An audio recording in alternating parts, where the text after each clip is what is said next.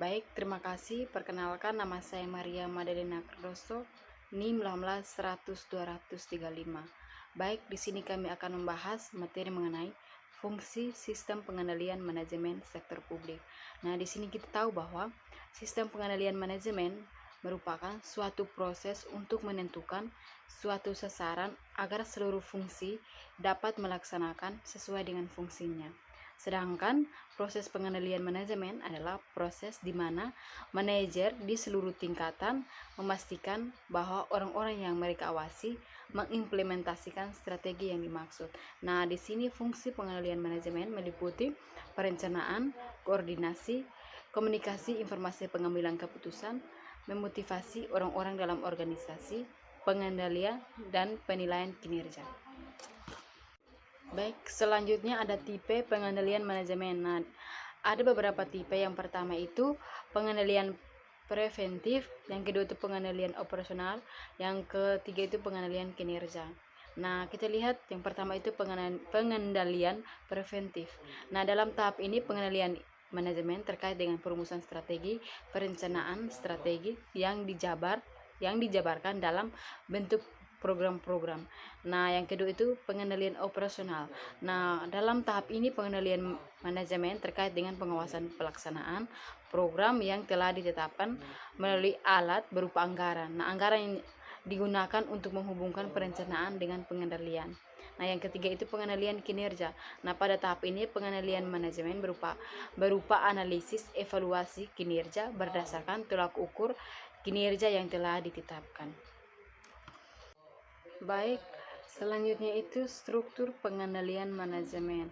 Nah, sistem pengendalian manajemen harus didukung dengan struktur organisasi yang baik. Nah, struktur organisasi termanifestasi dalam bentuk struktur pusat pertanggungjawaban. Nah, pusat pertanggungjawaban itu sendiri adalah unit organisasi yang dipimpin oleh manajer yang bertanggung jawab terhadap aktivitas pusat pertanggungjawaban yang dipimpinnya. Nah, suatu organisasi merupakan kumpulan dari berbagai pusat pertanggungjawaban tersebut. Nah, kita lihat pusat pertanggungjawaban yang pertama itu pusat biaya. Nah, pusat biaya itu sendiri adalah pusat pertanggungjawaban yang prestasi manajernya dinilai berdasarkan biaya yang telah dikeluarkan. Nah, suatu unit organisasi disebut sebagai pusat biaya apabila ukuran kinerja dinilai berdasarkan biaya yang telah digunakan. Contohnya itu pusat biaya adalah Departemen Produksi, Dinas Sosial, dan Dinas Pekerjaan Umum. Nah, yang kedua itu pusat pendapatan. Nah, pusat pendapatan adalah pusat pertanggungjawaban yang prestasi manajernya dinilai berdasarkan pendapat yang dihasilkan. Contohnya Dinas Pendapatan Daerah dan Departemen Pemasaran. Nah, yang ketiga itu pusat laba. Nah, pusat laba itu sendiri adalah pusat pertanggungjawaban yang membandingkan input dengan output dalam satu moneter. Nah, contohnya itu BUMN dan BUMD, objek pariwisata milik Pemda, bandara, dan pelabuhan. Nah, yang keempat itu pusat investasi. Nah, pusat investasi itu sendiri adalah pusat pertanggungjawaban yang prestasi manajernya dinilai berdasarkan laba yang dihasilkan dikaitkan dengan investasi yang ditanamkan pada pusat pertanggungjawaban yang dipimpinnya. Contohnya riset dan pengembangan dan Balitbank. Baik, selanjutnya akan dijelaskan oleh teman saya Usi. Baik, perkenalkan nama saya Lucia Gaeda, NIM 18100200045. Saya akan menjelaskan proses pengendalian manajemen sektor publik. Proses pengendalian manajemen pada organisasi sektor publik dapat dilakukan dengan menggunakan saluran komunikasi formal dalam organisasi yang meliputi yang pertama rumusan strategi atau strategi formulation. Perumusan strategi merupakan proses penentuan visi, misi, tujuan, sasaran, target atau outcome, arah, dan kebijakan, serta strategi organisasi. Perumusan strategi merupakan tugas dan tanggung jawab manajemen puncak atau top manajemen. Dalam organisasi pemerintahan, perumusan strategi dilakukan oleh Dewan Legislatif yang hasilnya berupa garis-garis besar haluan negara atau sering kita sebut dengan GBHN yang akan menjadi acuan bagi eksekutif dalam bertindak. Menurut Elson dan Eddy pada tahun 1982 menyatakan proses perumusan strategi terdiri atas 5 komponen dasar, yaitu yang pertama ada pernyataan misi dan tujuan umum organisasi yang dirumuskan oleh manajemen eksekutif organisasi dan memberikan kerangka pengembangan strategi serta target yang akan dicapai. Dan yang kedua ada analisis atau scanning lingkungan, terdiri dari pengidentifikasian dan pengukuran atau assessment faktor-faktor eksternal yang sedang dan akan terjadi dan kondisi yang harus dipertimbangkan pada saat merumuskan strategi organisasi. Dan yang ketiga ada profil internal atau audit sumber daya yang mengidentifikasi dan mengevaluasi kekuatan dan kelemahan organisasi dalam hal berbagai faktor yang perlu dipertimbangkan dalam perencanaan strategi. Dan yang keempat ada perumusan, evaluasi, dan pemilihan strategi. Dan yang terakhir ada implementasi dan pengendalian rencana strategi. Yang berikutnya, menurut Brisson pada tahun 1995 membuat model 8 langkah untuk memfasilitasi proses perumusan strategi. Yang pertama, memulai dan menyetujui proses perencanaan strategi. Yang kedua, ada identifikasi apa yang menjadi mandat organisasi.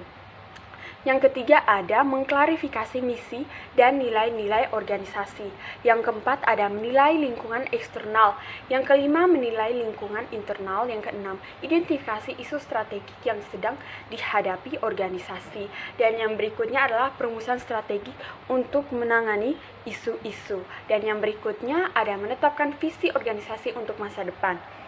Baik, yang kedua ada perencanaan strategik atau strategic planning. Sistem pengendalian manajemen diawali dari perencanaan strategik. Perencanaan strategik adalah proses penentuan program-program, aktivitas atau proyek yang dilaksanakan oleh suatu organisasi dan penentuan jumlah alokasi sumber daya yang akan dibutuhkan. Perbedaannya dengan perumusan strategi adalah perumusan strategi merupakan proses untuk menentukan strategi, sedangkan perencanaan strategik berupa rencana-rencana strategik atau strategic plans. Dan yang berikutnya adalah manfaat perencanaan strategik bagi organisasi.